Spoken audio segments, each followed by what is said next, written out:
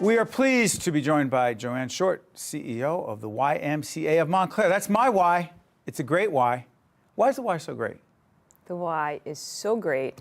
It starts right with the staff that we have that provide customer service for the 12,000 members that we offer, or that we have, and the programs that we offer make it a place that you have to keep coming back to.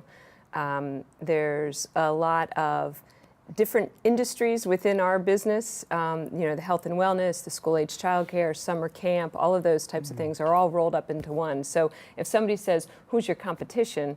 I have to stop them and say, in what area? Because there's nobody who does it the way the Y does it, and it's really a community asset. You have history with the Y. Your dad. Oh, me 42 personally, years. yes. Talk about that. My father worked for the Y. Hartford? His last 22 years were at the Hartford Association. And, Describe that.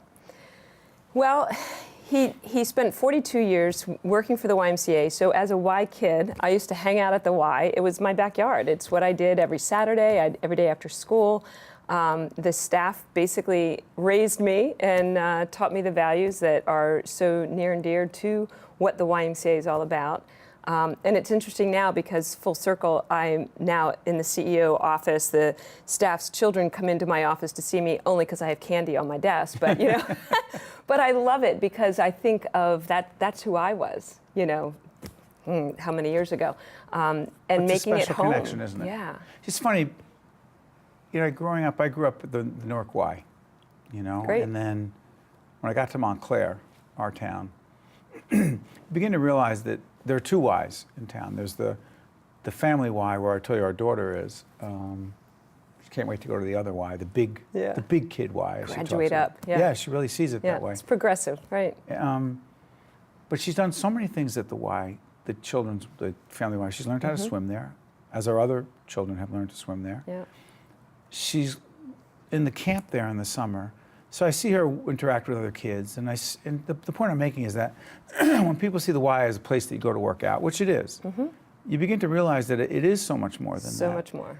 Do most people not really understand how diverse the programs of the YMCA truly are? For the most part, yes. Nationwide. It's really that job security and that we always have work to do to tell our story, to get out and let people know. Are you branded as well as you should be? Are we branded as well? Is your brand as clearly defined as it should be? In 2010, we changed our brand, and so that means we changed our logo, we changed the way we put flyers together, we changed the way we tell our story. I mean your reputation. I don't mean just the look. I mean the reputation. People go, oh, the Y, this is who they are. Yeah, we have a very strong reputation and very good. People think of the Y in the same way they might think of their house of worship. It's that safe place in the community, and it's needed.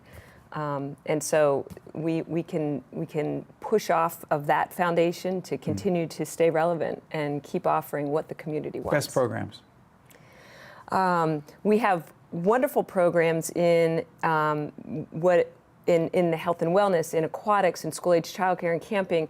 The things that kind of get me passionate and jazzed about what we're doing now is really those programs where you're addressing community needs, whether it's through addressing the summer learning loss. Yeah, talk about academic. Yeah, what's that program called? ACE. Academic Camp Experience addresses summer learning loss. It's for second and third graders who typically, not always, but typically come from lower economic families where they're not going on educational vacations. And so what's wonderful about this program is not only do we get funding for it because people believe in the change that can come from it, but we have partnerships with the schools where they're identifying the kids that need to be in here and really having fun for these 6 weeks, but really learning so that when they go back to school in September, they didn't slip and get behind their classmates. And so if you do that summer after summer, by the time you're in 5th and 6th grade, you've got some serious learning disabilities, and then that's our future. And so it's our responsibility to make sure that that stays lifted. What about the healthier lifestyles?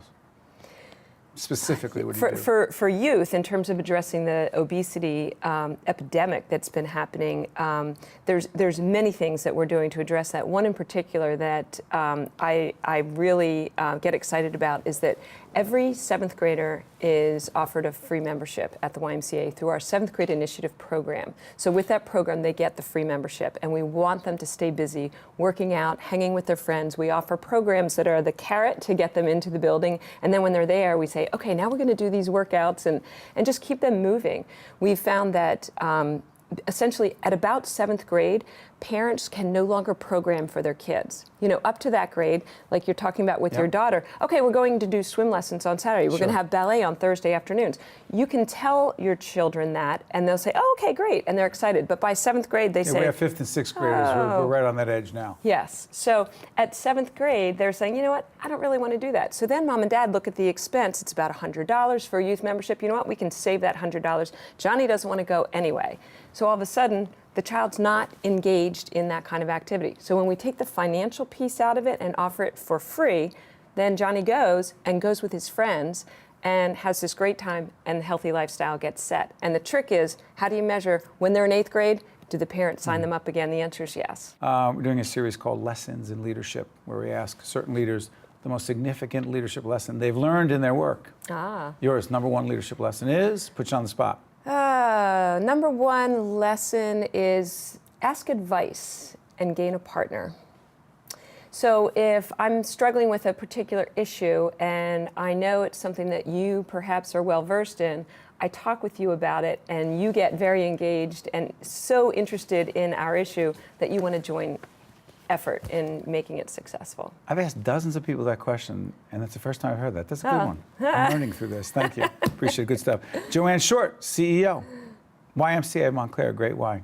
And good luck with the race this year. Thanks. Which is coming up on? The first Sunday in June. Good stuff.